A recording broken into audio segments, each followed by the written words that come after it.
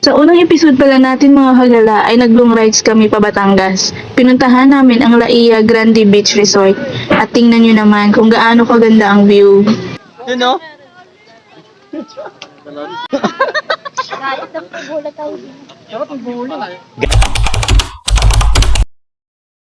Si paring Balingbing, nainom talaga oh. Idol, sunod kay ano? Kay Pedro. Saka kayo ang Bilacro. Guys, tapos na kami kumain guys. Ito sa paring Balingbing, shout out, yan. You know? Balingbing? Yun si Balingbing. You know?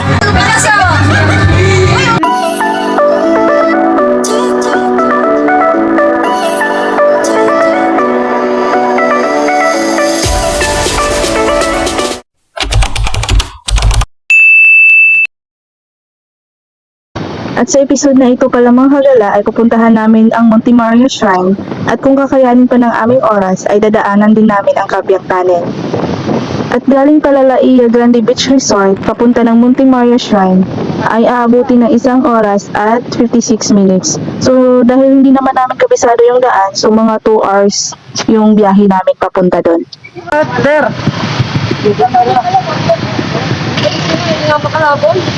Sir, kalikod. Tayo namin dito.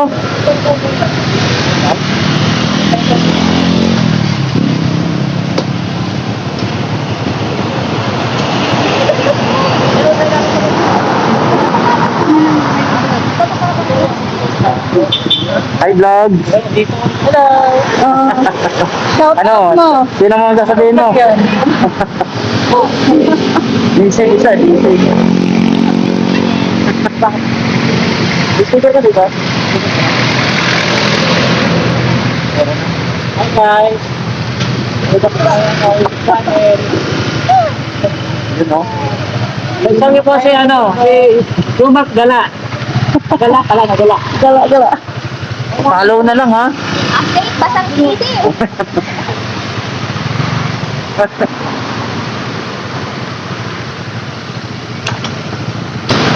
Uwi na kami.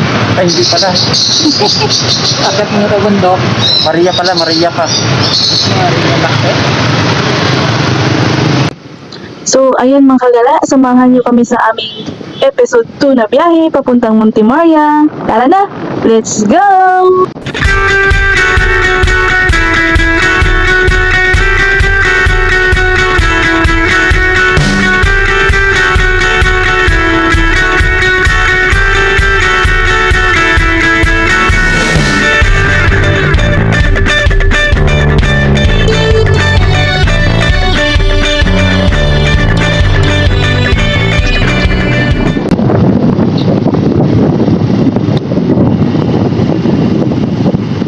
Environmental fee. Magkano? Ano yan, Idol? Ayan, 30 per head. Magkano? Magkano? 30 per head. 30 per head? 30 per head. Okay mga kagala, so tapos na tayo magbayad ng environmental fee. So pag galing pala kayo ng Laia Grande Beach Resort, papunta kayo ng Monte Maria. So itong daan na to yung ibibigay ni Google Maps sa inyo. At ito nga, hindi namin inaasahan.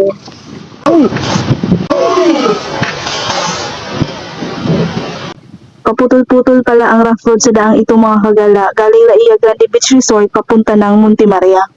At first time sumubok ni Jomark sa ganitong daan, sana kayanin. So tara mga kagala, samahan nyo kami sa aming biyahe papuntang Monte Maria. Let's go!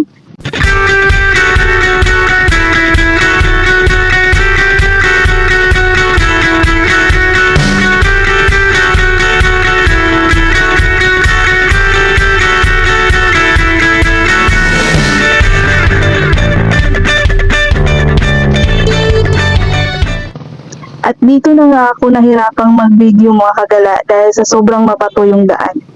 At ito yung hindi inaasahan.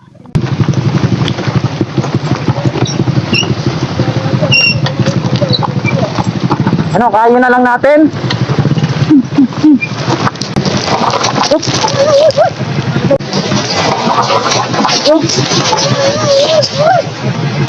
Okay, baba ka muna. Baba mga kabos mo.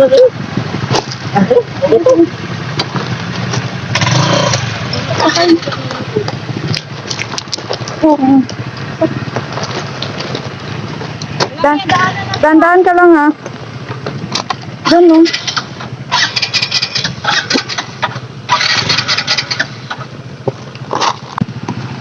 Preno.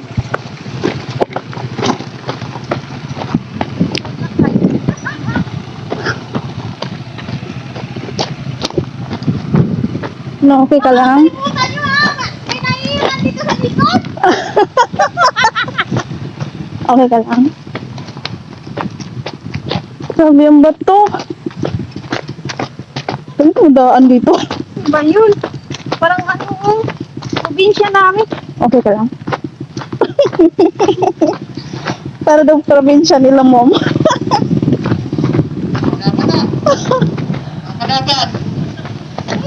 Unang daan namin na ganito yung daan.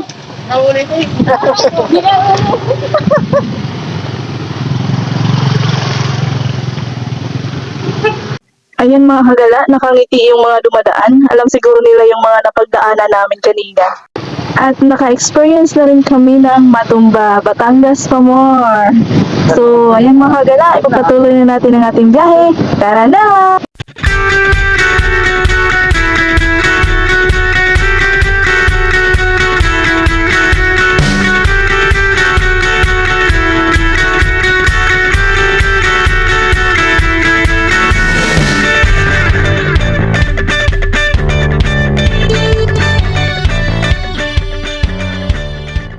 Alright mga kagala, update tayo sa binigay na daan ni Uncle Google. So yun, dadaanan pa natin yung kabilang bundok. Sa mga gustong mag-trail dyan, bagay na bagay po sa inyo ang daan na ito. And okay lang din naman kasi challenge, tapos ma-experience din at enjoy pa. Alright, mga bahaba pang biyahe natin, kaya let's go!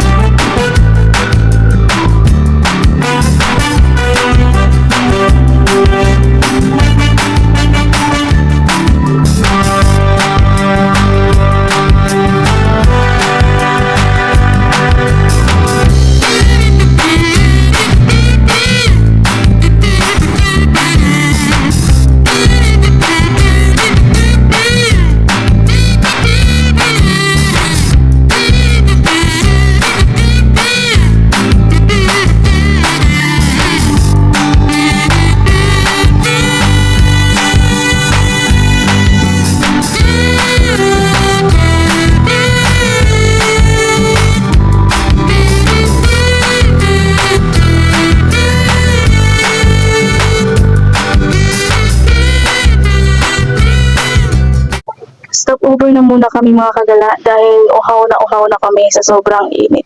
So may mga 30 minutes pa bago kami makarating sa Montimaria.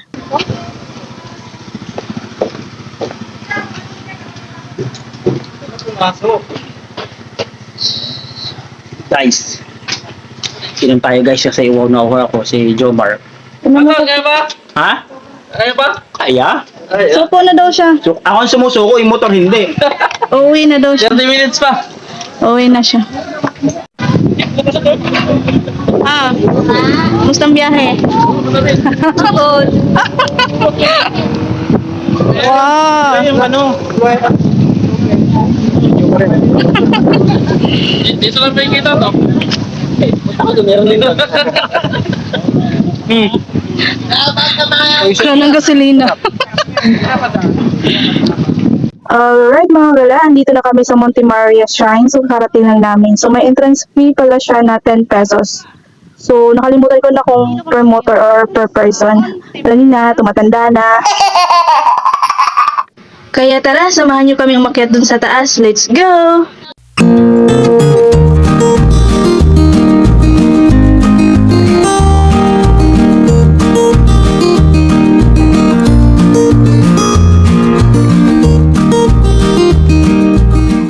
Guys, nandito kami sa Fronterik. Sobrang taas pero maganda yung tanaw. Naubusan na na. Kanina, magkano? Dito kami, pakit na kami.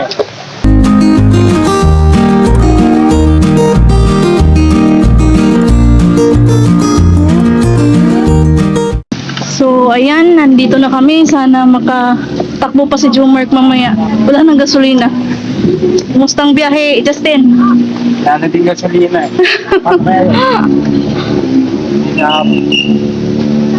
Yan pala yung bago kinoconstruct nila mga kagala, ang glasswalk. So hindi pa siya tapos kaya di pa tayo pwede dyan. So doon tayo sa itaas, malapit kay Mama Mary.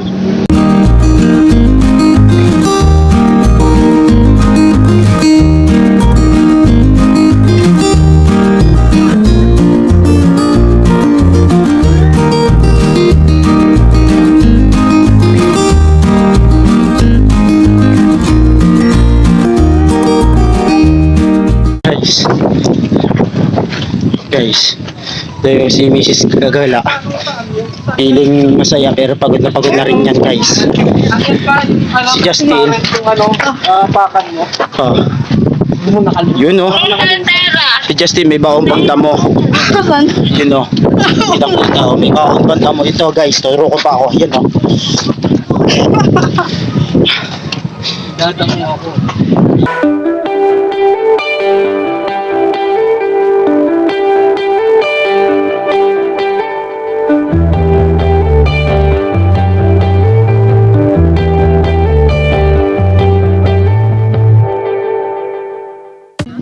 May ginawa din sila dito mga kagalao para siyang staycation.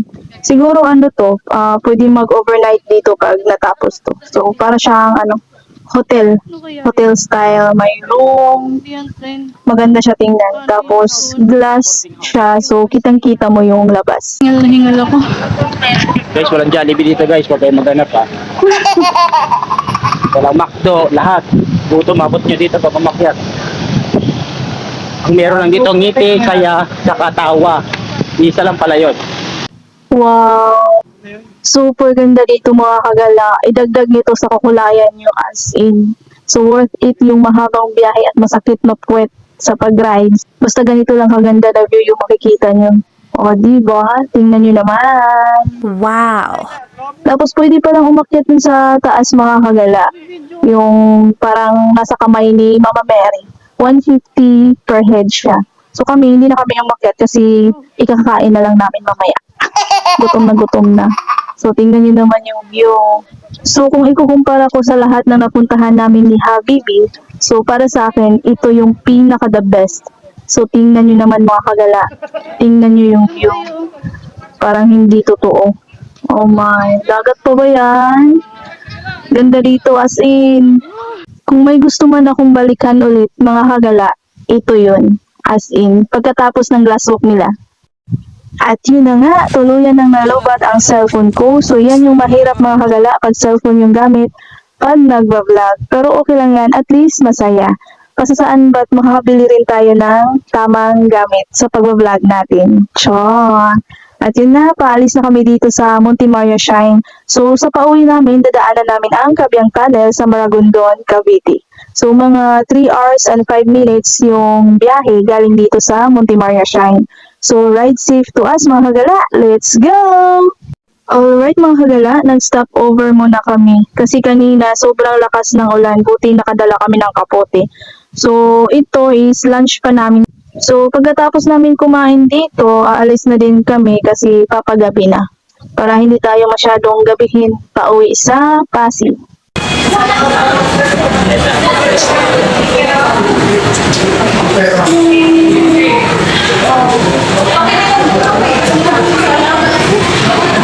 Maniningil ng buto. Ayan. Uy, nabasa! O, busin ni ma'am yung buto.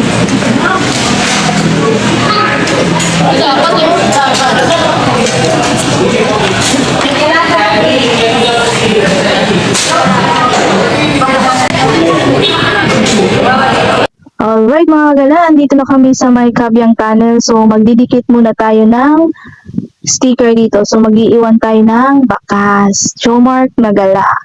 Ayan. At magkakapi muna kami dito para magising yung mga diwa namin. Oh, may dikit na. May dikit na. Ba't ako wala sticker? Wala daw siya sticker. Bigyan mo sticker si mo. May nanghingi.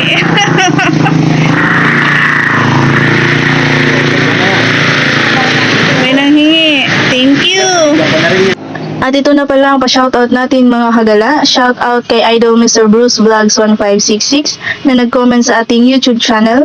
At shoutout din sa ating top fan sa ating FB page, Idol Gu Wilson Barrios, Idol Rich Said, Idol Justin. Maraming salamat sa inyong suporta. At shoutout din po sa ating commentor, reactor na palagi kong nakikita sa ating notification, si Idol Rima. Maraming salamat po, Idol. At ito pala yung FB page natin, Jumark Nagala. And please don't forget to subscribe sa ating YouTube channel at Jumark Nagala and click the notification bell para ma-update kayo sa susunod naming mga videos. Thank you for watching. Bye-bye!